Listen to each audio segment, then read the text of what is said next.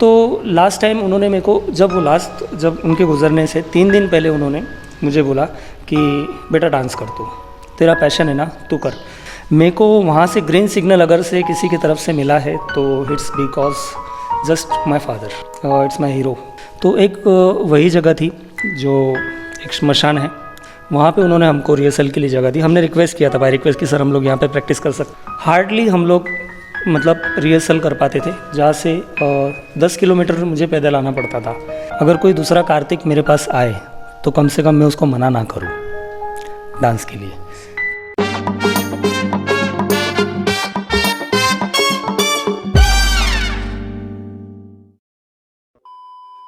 Hey guys, this is coffee and you are watching the coffee talk show. तो आज के हमारे जो गेस्ट हैं उनकी स्टोरी बहुत ही इंस्पायरिंग है, बिकॉज इन्होंने बहुत ही अलग अलग लेवल पे काम किया हुआ है, मेहनत किया है, और आज वो एक प्रोफेशनली डांस क्लास चलाते हैं।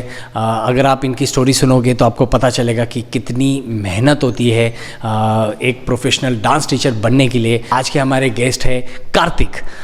तो कार्तिक, पहले तो आपका स्वागत है हमारे शो में।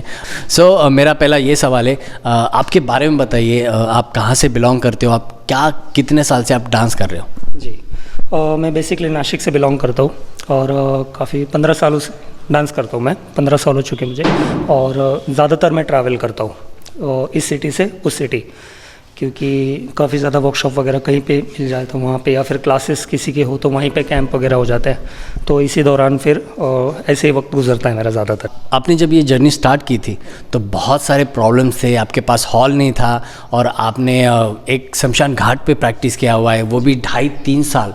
तो ये बहुत ही बड़ी बात है गाइज। मोस्टली हर आर्टिस्ट को एक डांस हॉल मिल जाता है, वो कहीं ना कहीं अरेंज कर लेता है, बट आपके कहानी में वो ट्विस्ट है पूरा, आपको नहीं मिला, बहुत सारे इश्यूज थे। तो वो सारी चीज़ें जो है हमारी जनता को बताइए। एक्चुअली उस वक्त ऐसा हुआ करता था कि तकरीबन आज से कुछ 10-12 साल पहले, 12 साल पहले की बात है। उस वक्त मेरी कंडीशन इतनी नहीं थी कि मैं हॉल की फ़ीस वगैरह अफोर्ड कर सकूं वहाँ पे, और वहाँ पे ज़्यादातर हॉल वगैरह भी नहीं थे यहाँ पे इतने, जितने कि आज के टाइम में जितने डांस क्लासेस है उतने नहीं थे पहले। तो उस वक्त हमको कहीं पे जगह नहीं मिलती नहीं थी कहीं पे। तो एक वही जगह थी जो एक श्मशान है, वहाँ पे उन्होंने हमको रिहर्सल के लिए जगह दी। हमने रिक्वेस्ट किया था, बाय रिक्वेस्ट कि सर हम लोग यहाँ पे प्रैक्टिस कर सकते हैं, क्योंकि उस दौरान एक कंपटीशन था, तो कंपटीशन के लिए हमें रिहर्सल करनी थी। तो रिहर्सल के लिए जगह ही नहीं मिल रही थी, और वैसे भी हॉल वगैरह तो नहीं थे। तो वहाँ पे हमने जब पूछा तो उन्होंने कहा कि ठीक है आप कर सकते हो। तो हमने वहाँ पे स्टार्टअप किया। लोग अक्सर वहाँ पे जाने के लिए डरते, आप वहाँ पे रिहर्सल कर रहे थे, तो आपको ऐसा क्यों लगा कि मैंने उधर करना चाहिए, और मतलब आपको हॉल का क्या प्रॉब्लम्स आ रहे थे? जी, एक्चुअली सीधा बोलूँगा तो हमारे पास कोई ऑप्शन नहीं था। जैसे कि मैंने आपको बताया कि हम कुछ चीज़ें अफोर्ड नहीं कर पाते थे, मुश्किल से हार्डली हम लोग मतलब रिहर्सल कर पाते थे, जहाँ से 10 किलोमीटर मुझे पैदल आना पड़ता था। मैं कान में हेडफोन डालकर और वहाँ से आता था। तो एक अलग ही दौर था, वो भी बहुत ज़्यादा मज़ेदार दौर था कि गाने सुनना, उसको इमेजिन करना और वहाँ तक आना। तो बस यही स्टोरी है कि वहाँ पे एक प्लेस मिल चुका था बहुत ही बढ़िया, कि हमारे पास यहाँ पे इन्वेस्ट करने के लिए पैसे नहीं होते थे, उस वक्त नहीं होते थे। तो वो सबसे बेस्ट जगह थी, और सही माना जाए तो वहीं से सब कुछ मिला है। धीरे धीरे जब वहाँ पे स्टार्ट किया तब पता चला कि कितना कुछ हो सकता है, और डर लगता था वहाँ पे भी एक्चुअल में, और श्मशान में डर लगता था, लेकिन धीरे धीरे चलते वो डर जा चुका था। आप किस तरह वो वाइब लेके आते थे, क्योंकि डांस क्लास और एक ऐसी जगह जहाँ पे लोग अपना दुख ये करते हैं, व्यतीत करते हैं, तो वो आप कैसे मैनेज करते थे, और किस तरह, मतलब बहुत आज तक की आई थिंक ये बहुत अलग स्टोरी है, किसी ने आई थिंक ये किया नहीं होगा मेरे हिसाब से। तो क्या है मतलब? एक्चुअली जब हमने वहाँ पे स्टार्ट किया तो वहाँ पे देखा हमने कि जब किसी को लाते हैं श्मशान में तो वो बहुत रोते हैं। एक्चुअली उस चीज़ को देखकर खुद को ऐसा रियलाइज़ हुआ कि मतलब वो जा चुके और हम मतलब अभी भी ज़िंदा हैं यहाँ पे, उनकी कुछ तो इच्छाएं होंगी, मतलब कि वो पूरी नहीं कर सके, कि यार उसको सोच कर एक बार हम ये सोच सकते हैं कि यार ये जा चुके, काश उसकी जगह हम भी हो सकते थे और हम ये सोच सकते थे कि मैंने ये किया होता, मैंने वो किया होता, लेकिन वो उस जगह पे है जो व्यक्ति है।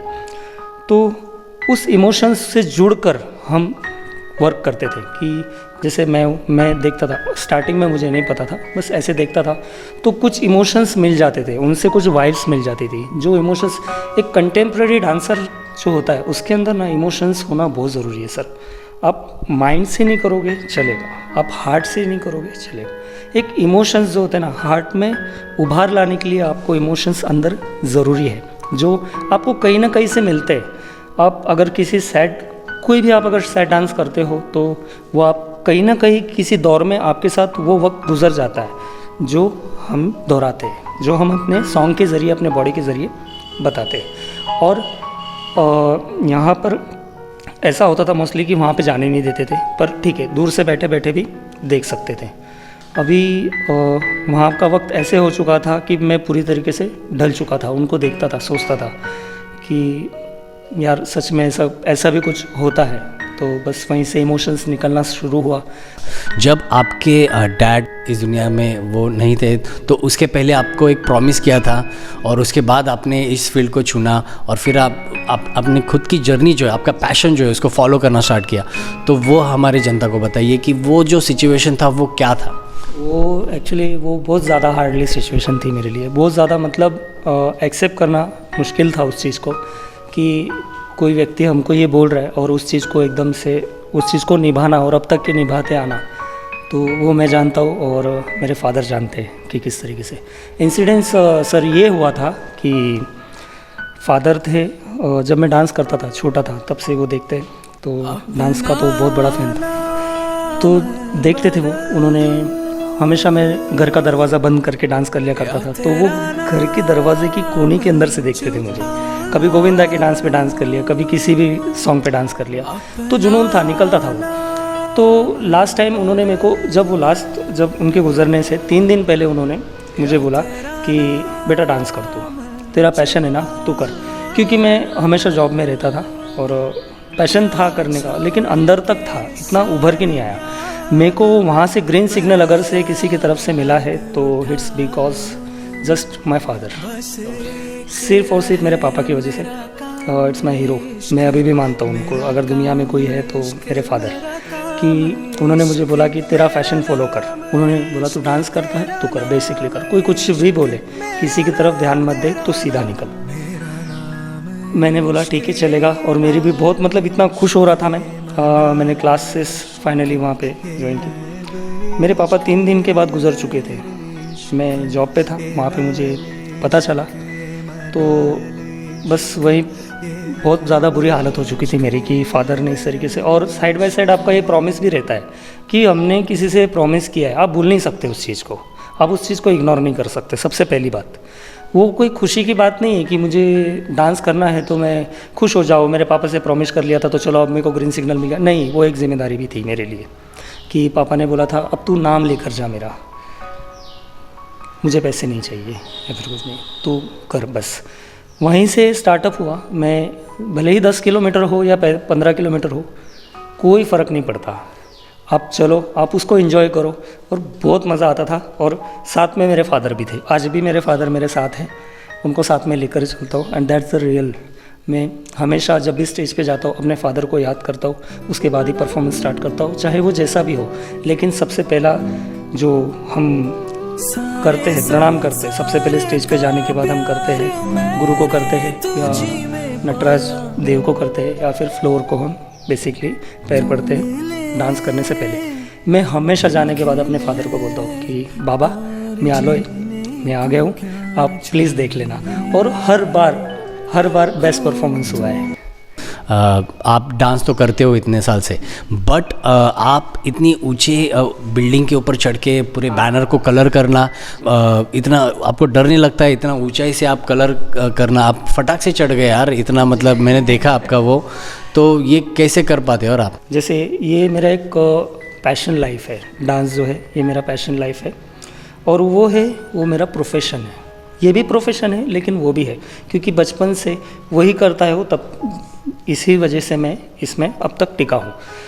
जब मैं छोटा था तब जैसे मैंने आपको बताया कि मेरे पास पैसे वगैरह नहीं हुआ करते थे, तो मुझे कहीं से जॉब मिला, तो इसी दौरान मुझे होर्डिंग्स के काम मिलने लगे।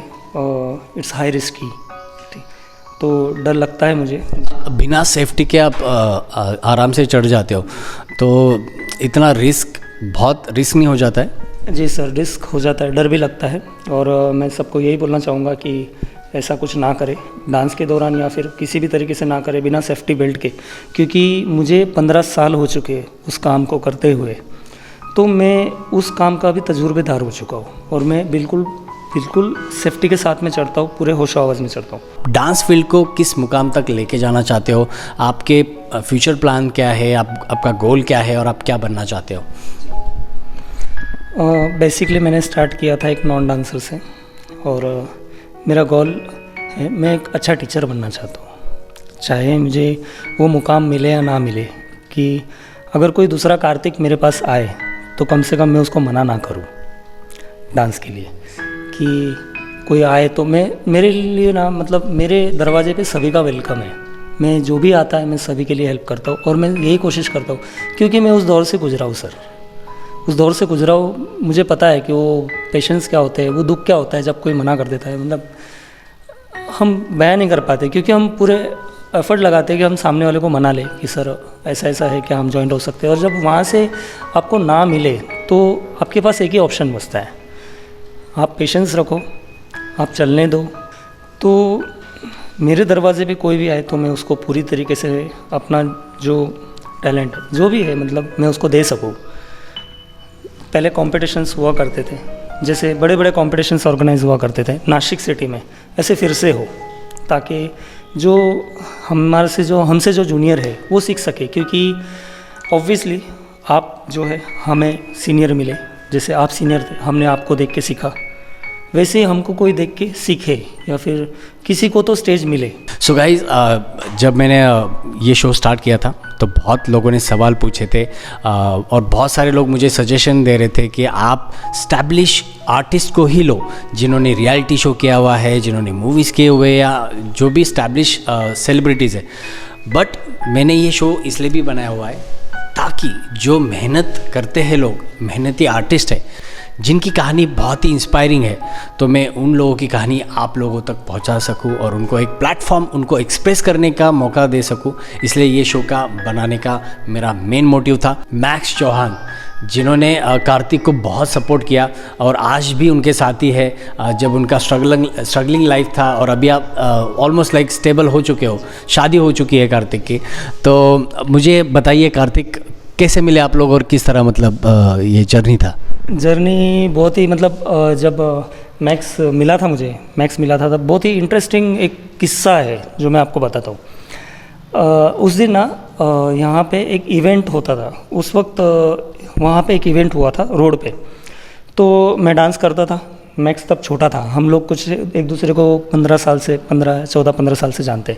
तो मैक्स मेरे पास आया कि सर मुझे आपके साथ करना है। मैंने मैक्स को बोला कि मैं तुझे क्यों लूँ, तुझे में ऐसी क्या ख़ास बात है?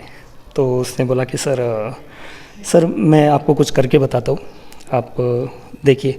तो वहाँ पे ना जैसे कि मैंने बताया था कि रोड पे एक इवेंट हुआ था, जहाँ पे हर एक प्रकार के आर्टिस्ट आते थे, डांसर भी है, गिटारिस्ट भी है, कि कोई ड्रम बजा रहा है, कोई पेंटिंग निकाल रहा है। तो मैंने मैक्स को एक टास्क दिया था, मैंने बोला था कि यहाँ पे जितनी भी पब्लिक है, अगर मुड़ के तुझे देखती है तो मैं तुझे मेरे साथ में करने दूँगा। मैक्स ने यहाँ से लेके, मतलब एक पॉल से लेके दूसरे पॉल तक के बैक फ्लिप मारता गया था वो कंटिन्यूसली। वो रोड पे खड़े रहने वाला हर एक बंदा मैक्स की तरफ देख रहा था। हाँ, वहाँ पे उसने लास्ट एंडिंग में जब उसने बैक फ्लिप मारी, कंप्लीट स्टार्टअप कंटिन्यू करता गया। वो एक उसके लिए एक टास्क था कि मैं जुड़ूँ, हम दोनों जुड़े। लोग पूरी तरीके से अट्रैक्ट हो चुके थे उसकी तरफ, और सब लोग क्लैप करने लगे कि अरे वाह यार क्या किया तूने। वहाँ पे मैंने दूर खड़े रह के उसको बोला, ऐसे थंब दिया, ठीक है कल से करते स्टार्टअप। तो मैक्स तभी से मेरे पास है कि हमारा एक जर्नी एक बहुत इंटरेस्टिंग एक टॉपिक से स्टार्ट हुआ। सो मैक्स, मुझे ये बताओ, आप तो बहुत हंसमुख लगते हो और आप कंटिन्यू हंसे जा रहे हो, तो इसका राज क्या है? इतनी खुशी का राज क्या है? ऐसा तो कुछ नहीं है, क्योंकि जो खुशी मिलती है वो एक अच्छा लगता है मुझे। और मुझे इतना अच्छा लगा कि मतलब कार्तिक सर के साथ में मैंने कुछ सीखा, और जो भी जितना भी डांस किया कुछ एक यूनिक फॉर्म लेकर जो मिला मुझे वो कार्तिक सर से मिला मुझे। मैंने खुद स्ट्रगल देखा है, क्योंकि जब उस टाइम पे स्ट्रगल करते थे सर, तो उनके पास में रूम भी नहीं था रहने के लिए, कुछ भी नहीं था। तो मैंने खुद देखा जो मतलब इतना छोटे जगह पे रहते हैं और कहाँ स्ट्रगल करते हैं, और कभी भी सर को कैसे खाने के लिए भी मिलता नहीं था। तो वो स्ट्रगल मैंने देखा, तो मैंने सोच लिया अब कुछ करना है तो सर के साथ में करना ही। तो एक सीन था DID सीजन 5, तो सर हम दोनों गए थे बीच में। तो उस टाइम पे हम लोग को गाड़ी भी नहीं मिली थी रात को। इगतपुरी से हम लोग रात को चल के जा रहे थे 2 बजे रात को। तो एक ट्रक वाले ने हम लोग को मतलब बोला कि हाँ तुम लोग जा रहे हैं, हम लोग डांस इंडिया डांस में जा रहे हैं। तो उसने किया हेल्प थोड़ा। तो मतलब आप इगतपुरी से पैदल निकले थे डायरेक्टली ऑडिशन देने के लिए? जी, एक इंसिडेंट और भी है। एक्चुअली मैक्स ने याद दिला दिया, वहाँ से गाड़ियाँ वगैरह मिल नहीं रही थी हमको, तो हमको करना ही था सुबह किसी भी हालत में हमको मुंबई पहुँचना था, क्योंकि ऑडिशन हम लोग ऑलरेडी बहुत सारे ऑडिशन दे चुके और कंटिन्यू देते रहते। तो उस वक्त कोई भी गाड़ी रुकने को तैयार नहीं थी हाईवे पे। तो इगतपुरी से हम कुछ 5-6 किलोमीटर तक पैदल गए थे ताकि हमको मिल जाए, लेकिन किसी ने नहीं रुकाया। फाइनली एक टोल जो होता है वहाँ पे, टोल नाका जो होता है वहाँ पे हमने बोला, तो वहाँ पे उन लोगों ने हमको हेल्प की कि अब इनको बिठा के जाने दो। मैक्स का और मेरा ऐसी एक स्टोरी है कि आप सब लोग बोलते हैं ना खोटा सिक्का होता है हर एक किसी के पास, तो सभी लोग यही बोलते हैं कि मैक्स एक खोटा सिक्का है या फिर थोड़ा सा ऐसा है थोड़ा सा वैसा है।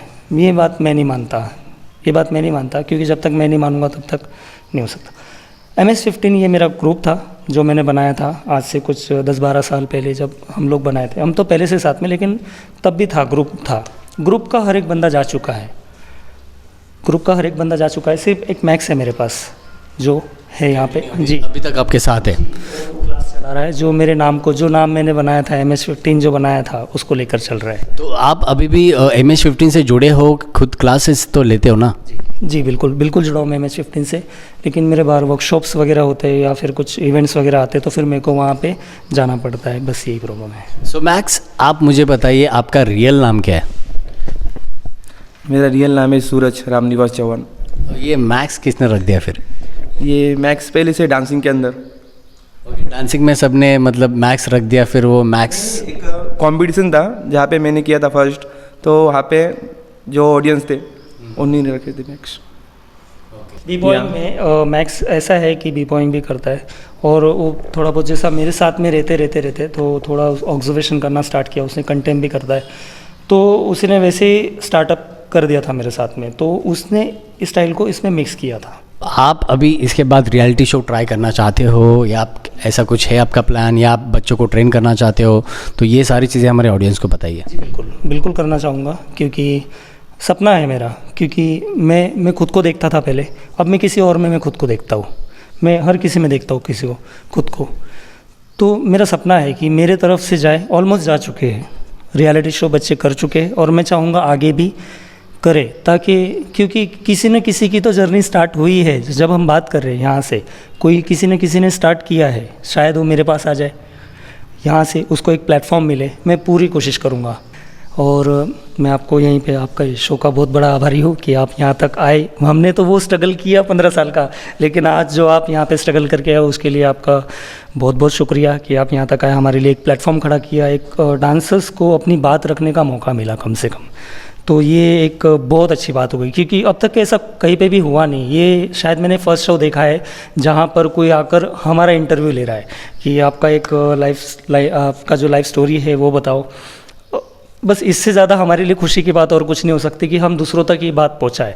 जो भी लोग हैं वो देखे, वो सीखे, क्योंकि हम बहुत ट्राई करते हैं कि कहीं ना कहीं से हमारी बात हम पहुंचा सके, जा नहीं पाती है, लेकिन आपके शो से ये भी हमारी जो है एक विश पूरी हो गई। So thank you so much Sachin sir, thank you so much. So guys, इस तरह आज का जो एपिसोड है यहीं ख़त्म करते हैं। थैंक यू सो मच हमारे शो में आने के लिए कार्तिक, आपका भी बहुत धन्यवाद मैक्स, ऐसे आगे बढ़ते रहिए, all the best for your future. आज का एपिसोड यही ख़त्म करते हैं और मिलते हैं एक नए आर्टिस्ट के साथ, नए एक्सपीरियंस के साथ और एक नई जर्नी की तरफ। चलो बाय बाय।